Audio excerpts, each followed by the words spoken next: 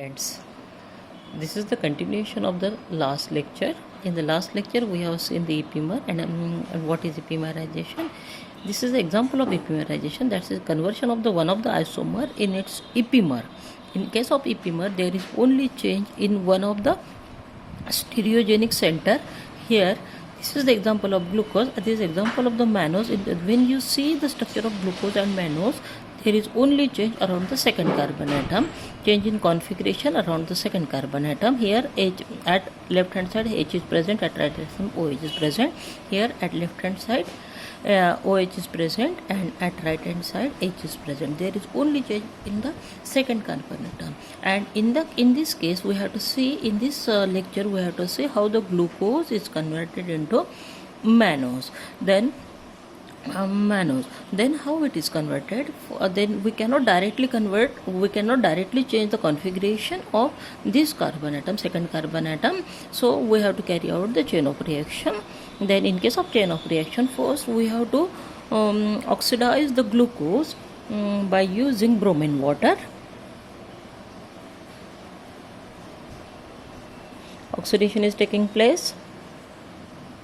When oxidation of the glucose is carried out, then in this case, this is the aldehyde group. Only aldehyde group undergoes oxidation, and oxidation of the aldehyde group gives the carboxylic acid group COOH.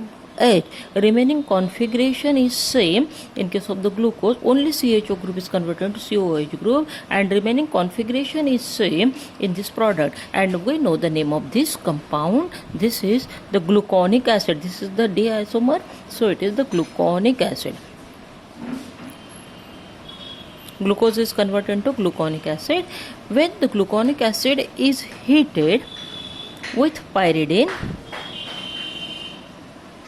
at temperature 140 degrees Celsius, then there is change in the configuration at this carbon atom. There is change in configuration at this carbon atom, and when there is change, OH goes to left, and H goes to right, and remaining configuration is same. Here COOH group is present and remaining configuration is same. Then it gives the equilibrium mixture of the two carboxylic acid. In one of the part, there is change in the configuration of the second carbon atom, and it gives the equilibrium mixture of the gluconic acid along with this acid. And we know this is similar to that of the mannose. Here the structure is same. When there is CHO group is converted to COOH, we can easily give name to this compound. This is mannose, so here aldehyde group is converted to COOH group, so it is mannoic acid.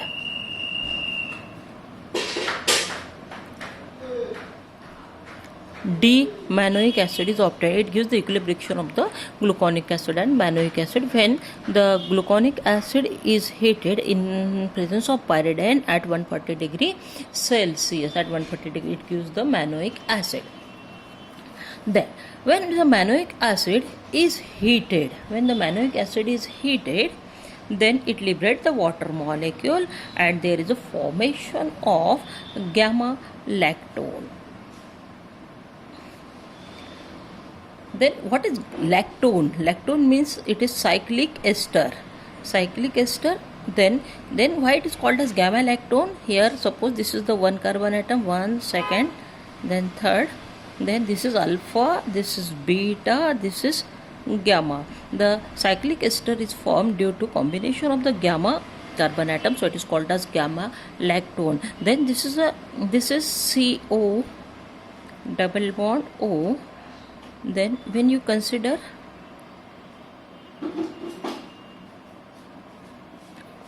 such type of molecule, then here alpha, beta, then gamma, this delta, so it is called as delta lactone. Then here there is a formation of gamma lactone, that is cyclic ester. Then here you have to liberate the water molecule. Then you can imagine like this: there is a liberation of water molecule by combining OH from the COH. This is alpha, this is beta, this is gamma. Then OH from the here carboxylic acid, H from the here like this. This is only imaginary. concept. Then here HOH. So you can easily draw the structure like this. Here double bond O, then here H OH, there is no change in this configuration. H, then OH, there is no change in this configuration. Here H, then here O. You can draw the structure like this also. Okay, then there is no change in this configuration. OH, then H, then CH2. This is gamma lactone. Then there is the formation of gamma lactone. When the gamma lactone is reduced by sodium amalgam NaHG in HCl, then reduction is taking place. When the reduction is taking place, you can imagine this conversion of this gamma lactone into D-mannose like this also. Reduction means addition of the hydrogen, and you can imagine like this also. This is imaginary one, H, then here CHO, then remaining configuration is same. CH, this is configuration is same. Again here C, then here OH, then CH, OH, CH2OH. This is D-mannose. In this way, D-glucose is converted into D-mannose. These are the epimer of each other. So this is example of epimerization. Thank you.